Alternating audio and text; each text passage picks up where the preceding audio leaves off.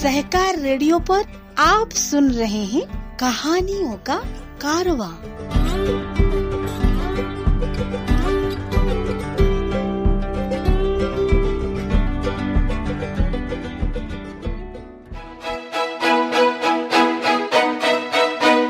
सहकार radio सुनने वाले आप सभी श्रोताओं को मल्हार आशु का नमस्कार। श्रोताओं, कहानियों का कारवां कार्यक्रम में आज आप सुनेंगे स्वयं प्रकाश की लिखी कहानी अकाल मृत्यु। तो आइए सुनते हैं ये कहानी।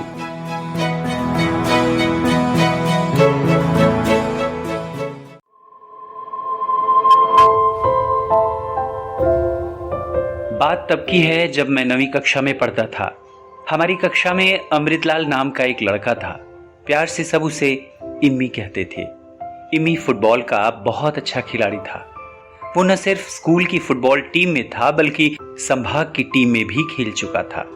उसकी आर्थिक स्थिति अच्छी नहीं थी। कई बार वो समय पर फीस नहीं जमा करवा पाता था और उसे अक्सर अपनी फीस माफ करवाने के लिए उसके पीछे घूमते देखा जा सकता था। उससे कहा गया था कि जिस दिन उसका चयन राज्य स्तरीय टीम में हो जाएगा उसकी फीस माफ कर दी जाएगी। नतीजा ये कि स्कूल के बाद अंधेरा होने तक वो स्कूल के मैदान पर फुटबॉल खेलता रहता, चाहे अकेला ही या दौड़ते हुए मैदान के चक्कर लगाता रहता। एक दिन सुबह सुबह पता चला कि इम्मी के पिताजी की मृत्यु हो गई है। हमें बड़ा दुख हुआ। पूरी कक्षा पर जैसे पाला पड़ गया। आधी छुट्टी में जब बाहर निकले तो सड़क से इम्मी के पिताजी की शव यात्रा निकल रही थी। सबसे आगे एक आदमी इम्मी की बांह थामे चल रहा था। इम्मी के हाथ में एक छींका था जिसमें एक धुआंती मटकी रखी हुई थी। पीछे पीछे उसके पिताजी की अर्थी और अर्थी के साथ चलते 20-25 लोग। तीसरे दिन हमारी कक्षा के बड़े छात्रों बालकिशन और राधे श्याम ने आपस में कुछ बात की और हम सबको बुलाकर कहा कि हम लोगों को इम्मी के घर बैठने जाना चाहिए। तब तक मुझे पता नहीं था कि बैठने जाने का मतलब अफसोस जाहिर करने जाना होता है।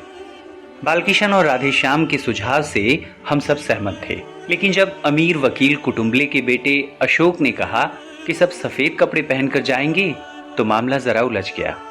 सबके पास तो सफेद पैंट शर्ट था भी नहीं। एक दो के पास था भी तो धुला हुआ नहीं था या फटा हुआ था। दूसरी बात ये थी कि सफेद कपड़े पहनने के लिए स्कूल की छुट्टी के बाद पहले घर जाना पड़ता और फिर घर वाले पता नहीं आने देते या नहीं। अधिकांश बच्चों के लिए स्कूल की छुट्टी के बाद स्कूल से सीधे इम्मी के घर जाना ज्यादा सुविधाजनक लगा। वैसे भी इम्मी का घर स्कूल से ज्यादा दूर नहीं था। तो अगले दिन हम लोग स्कूल से सीधे इम्मी के घर गए बैठने। इम्मी का घर खूब सारे पेड़ों से घिरा हुआ एक खंडहर नुमा लेकिन हवादार एक मंजिला मकान था जो इस समय सूना पड़ा था। हम बाहर खड़े संकोच में पड़े ताका झांकी कर रहे थे। इतने में एक बड़ी उम्र की लड़की ने हमें देखा और पूछा, कौन चाहिए? इम्मी, आओ आओ, आ जाओ। इम्मी, तेरे दोस्त आए हैं। बोलते बोलते लड़की मकान के पीछे कहीं चली गई। हम चुपचाप सरकते हुए भीतर घुसे और कमरे के नंगे ठंडे फर्श पर एक दूसरे से सटे सटे पालथी मारकर बैठ गए। 4-5 मिनट बाद इम्मी दिखाई दिया, अपने नाप से कहीं छोटा, घुसा मुसा सफेद कुर्ता पाजामा पहने, घुटा हुआ सिर और पीछे छोटी सी चोटी। पहचान में नहीं आ रहा था। इम्मी जोर जोर से बोलता हुआ भीतर आया। मैं सोच ही रहा था कि स्कूल से भी कोई न कोई तो आएगा जरूर। और क्या हाल है? कैसा चल रहा है? कल गणित का टेस्ट हुआ था ना? और गहलोत सर की क्या हाल चाल है? स्टेट में सिलेक्ट करवा देते मेरे को तो कम से कम जूता और जर्सी तो मिल ही जाती ना। पर उनकी तो फरमाइशें गजब। अरे यार, भार्गव आ रहा है क्या? मेरी गणित की कॉपी भार्गव के पास ही रह गई है। खैर, उससे कहना वहीं रख ले, अब मुझे उसकी जरूरत नहीं पड़ेगी। तेरे पिताजी को क्या हुआ था इम्मी? अशोक ने पूछा। उनको तो टीबी थी ना बहुत दिनों से। इम्मी ने ऐसे कहा जैसे ये बात तो अन्य सभी की तरह हमें भी मालूम होनी चाहिए थी। इतने में ही वो बड़ी लड़की पीतल के एक लोटे में ठंडा पानी ले आई, साथ ही पीतल का एक गिलास भी। प्यास तो हम सबको लगी ही थी, सो सबने पानी पिया।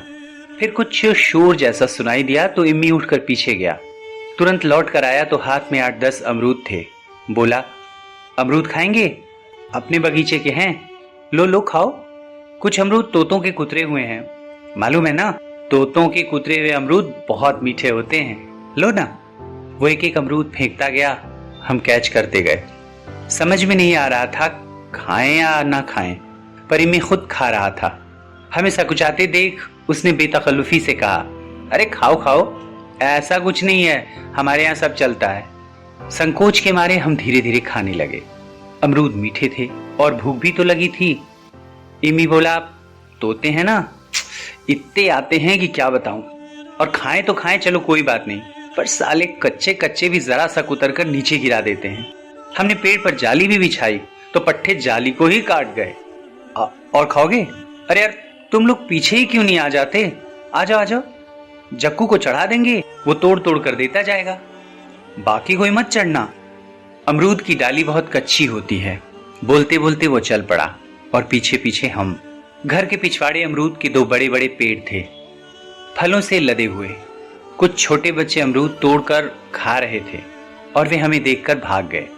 हम लोग भी अमरूद खाने में लग गए और थोड़ी देर के लिए भूल ही गए कि हम यहाँ अमरूद खाने नहीं, बैठने आए थे।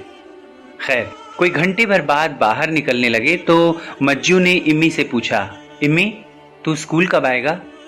इम्मी बोला, अब नहीं आऊंगा। राधेश्याम ने पूछा, तो फिर क्या करेगा? इम्मी बोला, सब्जी का ठेला लगाऊंगा, जहां बाबूजी लगाते थे, भंडारी मिल के सामने, वहीं लगाऊंगा। काका गांव से सब्जी लाते हैं, उनके दोनों बेटे हुकुमचंद मिल के आगे लगाते हैं, मैं इधर लगा लूंगा। दिन के 50 रुपए भी कमाऊंगा तो बहुत है यार। मैं हूं और माँ है, और है ही कौन? एक बहन थी, उसकी शादी कर दी। वैसे आदमी पढ़ लिख कर भी क्या करता है, काम धंधा ही तो करता है ना। और फुटबॉल? किसी ने धीरे से पूछा। फुटबॉल से रोटी नहीं मिलती है, समझे? कोई कितना ही बड़ा प्लेयर हो जाए, नहीं मिलती, समझे? ये खेल वेल सब भरे पेट वालों की बातें हैं। इम्मी चिढ़ गया, अरे हो जाओ प्लेयर, लेकिन काम धंधा तो तुम्हें ही करना पड़ेगा ना। इम्मी की बात सुनकर हम लोग चुप और उदास हो गए। लग रहा था जैसे वो हमको नहीं, खुद को समझा रहा था। बोलते समय उसकी आवाज कांप रही थी और लग रहा था किसी भी पल वो रो पड़ेगा। राधेश्याम ने इम्मी को गले लगा लिया और कहा, तेरे पिताजी की डेथ का बहुत अफसोस हुआ इम्मी। इम्मी बोला, सब लिखा कर लाते हैं भैया, जब खत्म हो जाती है तो हो जाती है, फिर रो चाहे छाती कूटो चाहे जो भी करो। इम्मी अपनी उम्र से बहुत बड़ा लग रहा था और एकदम आदमियों की तरह बोल रहा था।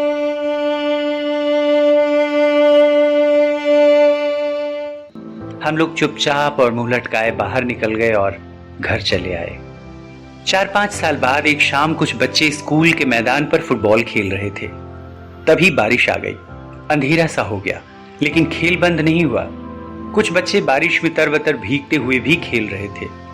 अचानक एक लंबा चौड़ा आदमी पता नहीं कहां से आ गया और बच्चों के साथ खेलने लगा। वो बच्चों को छका रहा था और उससे लटकने चिपकने के बावजूद बच्चे उससे गेंद नहीं छीन पा रहे थे। घंटे भर बाद वो आदमी अपने कपड़े निचोड़ता चुपचाप उधर चला गया जहां सड़क किनारे एक सब्जी का ठेला तेज बरसात में लावारिस सा खड़ा था।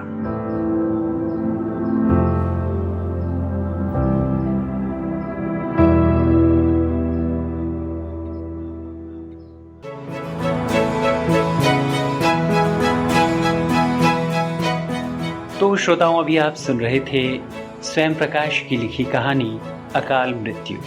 उम्मीद है कहानी आपको पसंद आई होगी। इसे अन्य लोगों को भी शेयर करना मत भूलिएगा। और हाँ, अपनी प्रतिक्रिया आप YouTube और Facebook के कमेंट बॉक्स में भी लिख सकते हैं। श्रोताओं, सहकार रेडियो के व्हाट्सएप ग्रुप से जुड़ने के लिए 9617226783 यानी 9617226783 पर अपना नाम और जिला लिखकर भेजें। फेसबुक पर हमसे जुड़ने के लिए पेज लाइक करें और YouTube पर जुड़ने के लिए चैनल सब्सक्राइब करें।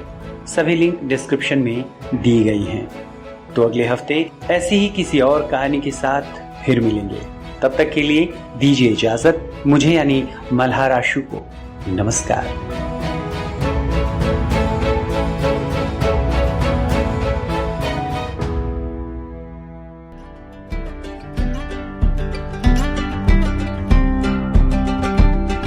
सहकार रेडियो पर आप सुन रहे थे कहानियों का कारवां।